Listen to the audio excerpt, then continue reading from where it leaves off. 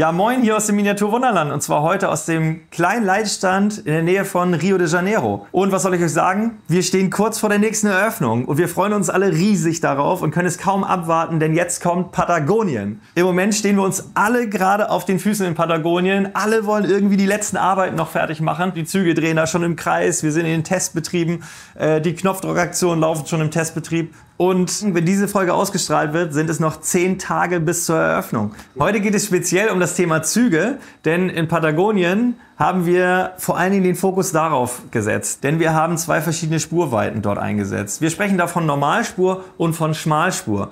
Das Problem ist, die Normalspur bei uns hat eine Spurweite von 16,5 mm und die Spurweite in Schmalspur sind nur noch 9 mm. Wenn ich jetzt beide Spuren auf demselben Gleis fahre, dann habe ich fast in der Mitte des Gleises, also ein drittes Gleis, und ich muss entweder entscheiden zwischen der Normalspur oder ich fahre die Schmalspurzüge über dasselbe Gleis. Ja, und warum machen wir das so? Weil wir uns natürlich wie immer möglichst nah an der Realität orientieren wollen. In Patagonien selbst fahren sie auch verschiedene Spurweiten und da ist es vor allen Dingen die Breitspur und die Schmalspur und genau das sieht im echten Patagonien nahezu so aus wie das, was wir jetzt hier im Modell auch erschaffen haben. Aber das ganz große Problem ist, wie schafft man das für den Dauerbetrieb? Und da gab es wirklich bei uns im Hause auch Leute, die gesagt haben, um Gottes Willen, wie könnt ihr denn nur? Und das reißen wir alles wieder raus, das wird niemals im Dauerbetrieb was werden. Und die anderen kamen von einer anderen Richtung und sagten, oh doch, vielleicht wissen wir es noch nicht, aber wir können das lernen und wir brauchen ein neues Highlight. Wir wollen dieses Highlight fürs Wunderland. Wir wollen das im Patagonien-Abschnitt zeigen, was wir können. Und jetzt sind wir natürlich wahnsinnig gespannt auf den Dauerbetrieb, ob das alles noch so klappt. Also halten die Weichen, von denen wir noch keine Ahnung haben, ob sie jetzt 1 Million Schaltspiele schaffen oder sowas. Halten die Züge, im Moment sieht das alles danach aus. Aber trotz alledem, wie sieht das aus, wenn wir plötzlich 18 Stunden hier im Kreis fahren? Okay, beginnen wir mit der La Trojita, eine Bahngesellschaft in Patagonien und die fahren vor allen Dingen alte Dampflokomotiven da über ihre Strecken und von Ortschaft zu Ortschaft und durch die Steppe und die haben wir natürlich versucht in einem sehr hohen Detailgrad nachzubauen und das zeigt euch jetzt Olaf. Wir sind jetzt hier und werden gleich mal gemeinsam so eine H0E La Trojita, wie sie heißt, bauen. Das ist eine Schmalspurdampflok, fährt bei uns in H0E und die Besonderheit ist, alles hier dran ist irgendwie selbst entwickelt, selbst gemacht, selbst gebaut. Wenige Teile sind nur zugekauft und wir haben ja verschiedene Dampfloks, auch in der anderen Spurweite haben wir verschiedenste Züge gefahren. Was da alles so ist und wie die sind, das wird euch gleich Georg erzählen, wird euch da ein paar Details auch erzählen. Was hatten wir da eigentlich so für Probleme für uns herauszufinden, wie bringen wir das jetzt aufs Gleis, wie bringen wir es in den Anlagenabschnitt. Da war Georg sehr stark mit involviert, der wird euch dazu was gleich erzählen. Und ich nehme euch jetzt mal mit und wir bauen hier unsere H0E Trojita einmal auf.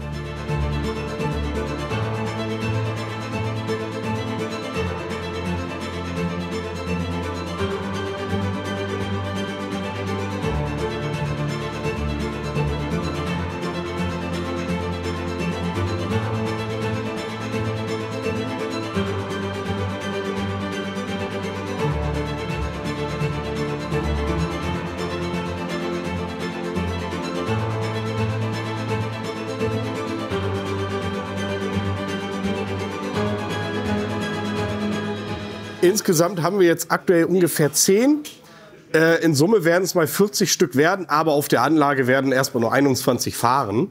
Da habe ich also noch ein bisschen was zu tun. Ich werde jetzt mal aufstellen und dann lassen wir die abfahren.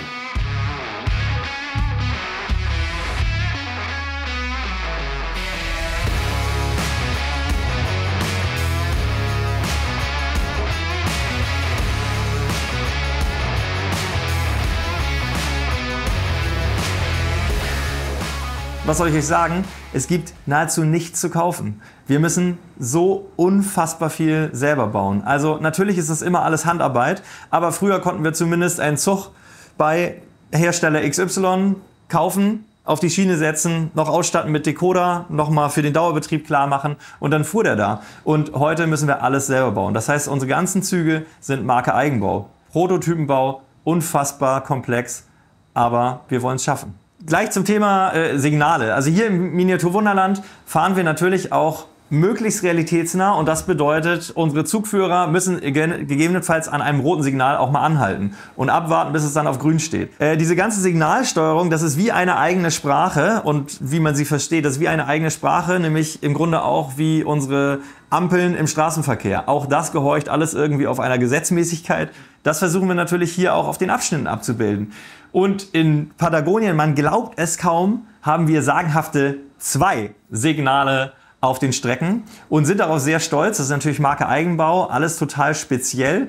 Und warum das so ist, das erklärt euch jetzt Gerhard. Da muss ich Lars leider widersprechen. Wir haben nämlich 3 Signale in Patagonien. Für alle, die das nicht wissen, was Signale sind, die regeln quasi wie im Straßenverkehr, die Ampeln regeln sie den Verkehr der Züge. In Patagonien gibt es so wenig Züge, dass man eigentlich gar keine Signale hat. Die wir da jetzt aufgestellt haben, die sind noch aus der Kolonialzeit, also als die Besatzer noch da waren. Und wir fanden die aber so hübsch, dass wir die in Funktion gebracht haben. Im richtigen Leben in Patagonien gibt es gar keine Signale. Die fahren, wenn denen da ein Zug entgegenkommt, dann sehen die den auf 3 Kilometer und können dann anhalten und regeln das Ganze eigentlich mit Funk. Der eine Zug, der am einen Tag in die eine Richtung fährt, der kommt am selben Abend wieder zurück. Und das war's. Die begegnen sich da eigentlich gar nicht, weil es kaum Züge gibt. Wenn man jetzt zum Beispiel die Signalmenge in Patagonien vergleicht, Hamburg oder am Flughafen, oder ist es natürlich eine Riesenflut an Signalen. Dann kommen Skandinavien-Abschnitte, Italien stellen auch noch relativ viele Signale dar. Also, dass wir so auf eine Gesamtzahl von 1400 kommen. In Patagonien haben wir spezielle Weichen. Erstmal geschuldet der Spurweite H0E. Und diese Weichen sind natürlich sehr, sehr, sehr filigran, die da verbaut worden sind. Wir hatten ein bisschen Sorge am Anfang, dass die Weichen kaputt gehen könnten. So wie wir die Weichen im Moment betreiben, ne, mit einem Antrieb darunter, ist das sehr der Funktionalität geschuldet und wir hatten Sorge, dass diese Weichen kaputt gehen können. Ein weiteres Problem ist, dass diese Weichen eingesandet sind, nicht so wie wir das normalerweise machen auf dem Rest der Anlage, dass die in so einer Schotterbettung eingebaut sind, sondern die sind im Grunde auf das Holz verlegt und dann von den Modellbauern mit Sand eingeschottert worden. Das heißt, in dem Moment, wo wir eine Weiche wechseln müssen wir diesen ganzen Sand da wegmeißeln und brechen wahrscheinlich die Hälfte von der Weiche kaputt, weil das alles miteinander verklebt ist. Okay, das Besondere an diesen Weichen war jetzt auch, dass wir die zum ersten Mal gesandet haben, nicht geschottert, wie wir das sonst machen. Wir haben so eine feste Schotterbettung, wo wir die Weichen reinstecken können. Das haben wir diesmal nicht so gemacht, weil es vom Vorbild her einfach auch so nicht aussieht, wenn man mal auf Patagonien schaut. Wir haben große Sorge, dass dieser Sand sich löst, wenn das nicht sauber verklebt ist und der Sand irgendwo ins Getriebe reinkommt, dann geht das Getriebe kaputt oder muss gereinigt werden zumindest. Das muss dann in die Lokwerkstatt. Deshalb müssen Michael und Felix sehr, sehr sauber arbeiten beim Sanden. Schaut euch das mal an.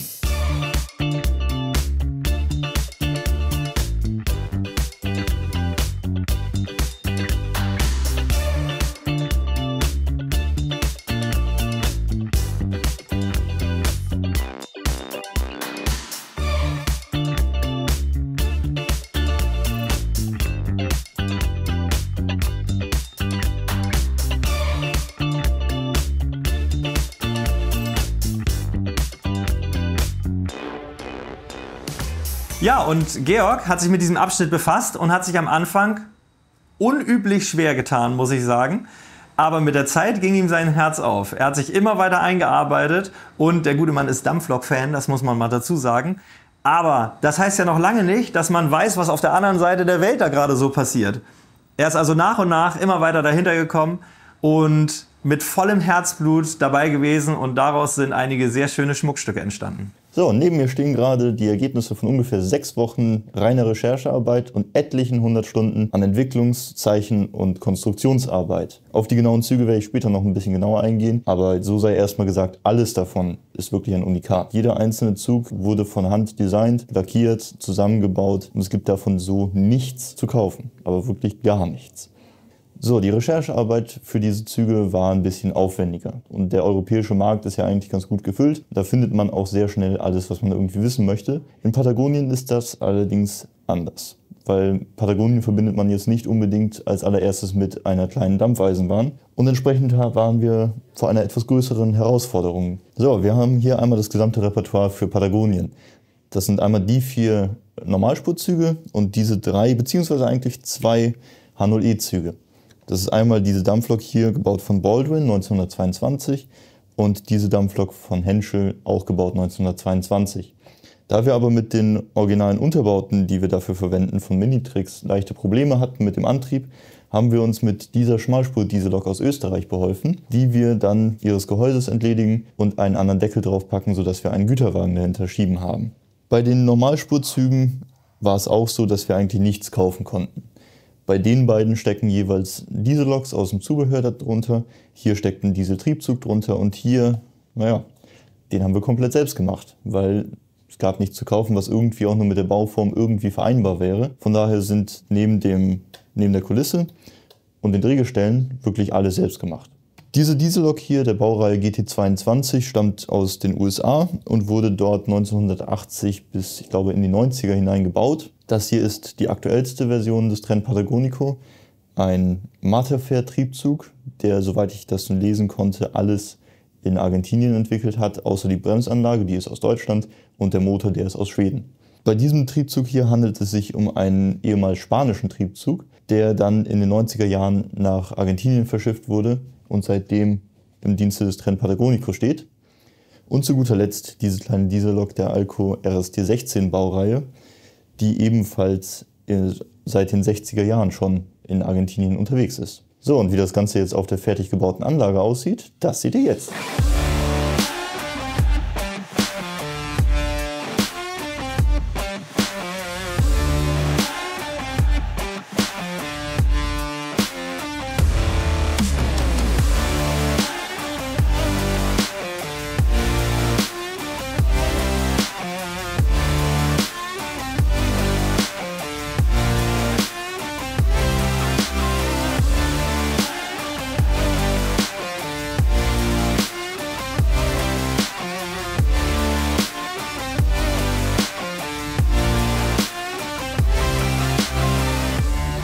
Ja, also ihr seht, immer mehr fahrende Züge, immer mehr Farbe, die da nach Patagonien reinkommt. Wir haben die Normalspur, wir haben die Schmalspur.